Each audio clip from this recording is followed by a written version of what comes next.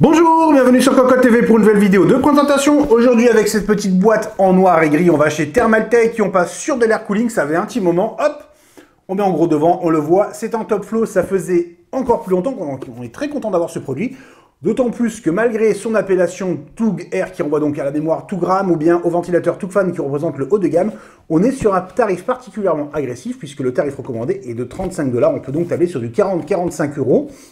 Et ma foi, c'est plutôt très intéressant puisqu'on va le voir, le produit est propre, le nickelage n'est pas complet au niveau des ailettes et compagnie, il y a une petite finition brute, mais ce n'est pas déplaisant, et le bundle est plutôt complet, on va le découvrir tout de suite.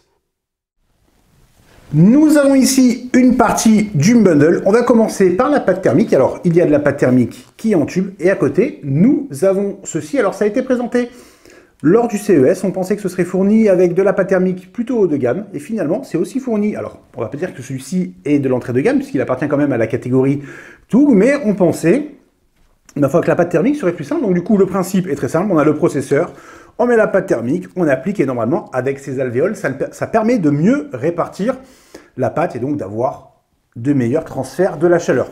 À la ferme, on est plutôt adepte du petit pois, on va dire, du grain de riz, on appuie, on laisse faire, mais on fera un test avec pour voir un peu ce que ça donne.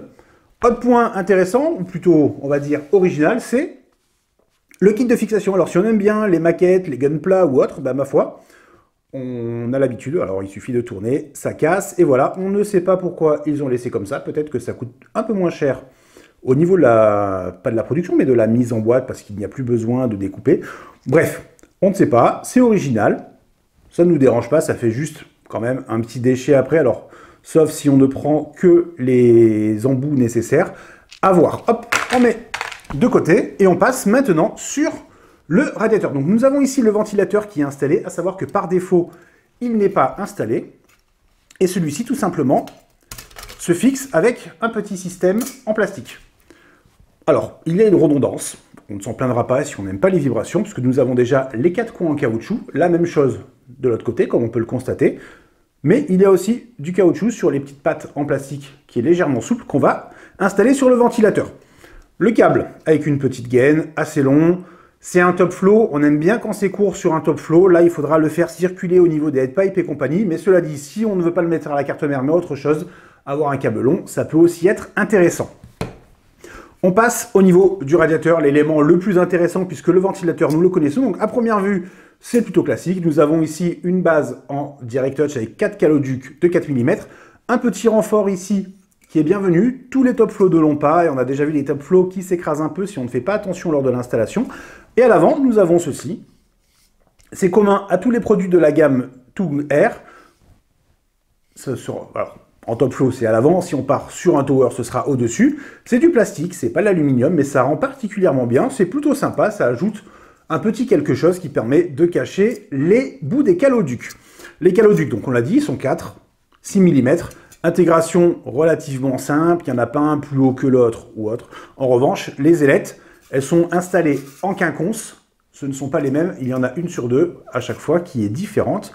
Toujours la même chose, favoriser la surface d'échange. La finition est propre, donc comme on le disait, les caloducs sont nickelés.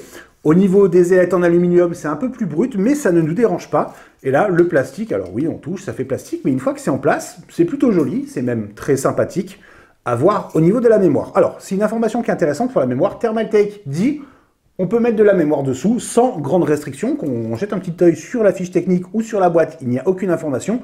En revanche, sur la boîte, on voit une mémoire TOUGRAM dessous. On le précise, elle fait 48 mm,5 mm de hauteur. Donc autant dire qu'il y a de quoi faire. On parle de hauteur. Hauteur totale avec le ventilateur qui sera installé dessus, puisque dessous, forcément, on ne peut pas. 114 et des boîtes, on va dire 115 mm de hauteur pour voir assez large. Donc là encore, ça va rentrer dans de très nombreux boîtiers. Mini TX peut-être un peu moins, mais du micro ATX compact, de l'ATX compact en entrée de gamme, pourquoi pas, ça peut être très intéressant. Donc, c'est tout pour le produit, pas grand-chose à dire, la finition est sympathique, on aime beaucoup, beaucoup. Voilà, c'est tout ce qu'il y avait à dire sur ce petit TOUG R110, un top flow qui est sympathique visuellement. Pour les performances, ça arrive très rapidement dans la foulée de la vidéo. C'est tout pour aujourd'hui, on vous souhaite à tous une très bonne journée.